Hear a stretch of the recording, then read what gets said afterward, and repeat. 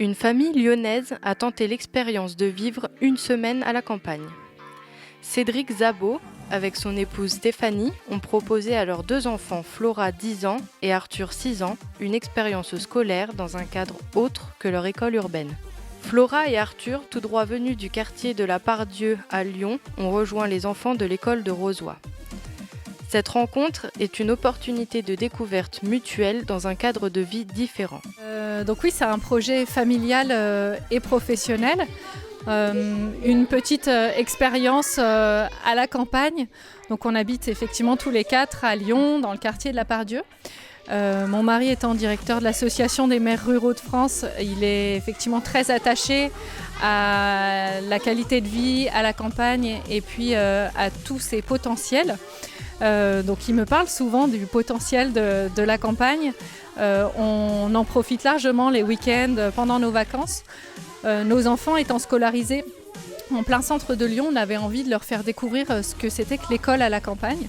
Les enfants se sont vite intégrés dans leur nouveau milieu et y découvrent une vie différente, comme nous l'explique Flora. Au début, j'ai pas tellement voulu, mais maintenant que je suis là, je suis assez contente parce que ça change de la ville.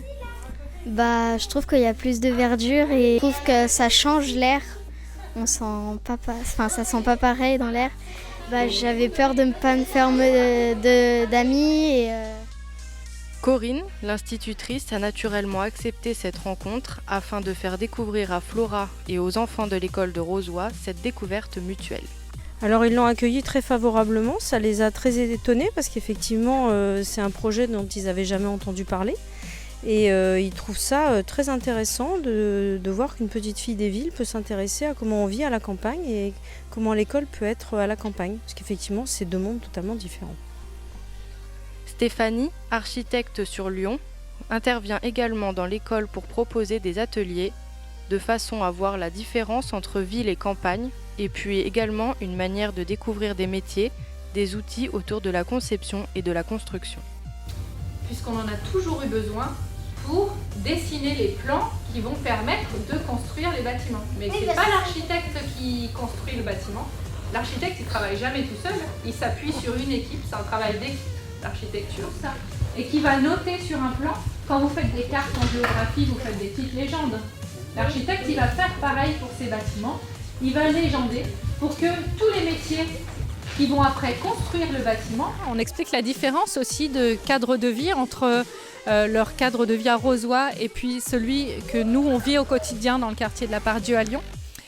Et on aborde quelques notions qui sont liées à l'architecture. Déjà, on leur pose la question, est-ce qu'ils ont déjà entendu parler du métier d'architecte, d'urbaniste, de paysagiste ? Depuis hier, j'ai plutôt des noms. Et puis, on aborde du coup ces métiers de la conception, de la construction. Une expérience appréciée de tous et que la famille de Flora et Arthur souhaite renouveler dans de nouvelles communes rurales. Un architecte, c'est quelqu'un qui fait des maisons et des immeubles. Alors, quand tu dis il fait des maisons et des immeubles, il les construit ? On va construire un immeuble là, il va être comme ça. Celui-ci, il va plutôt être architecte urbaniste.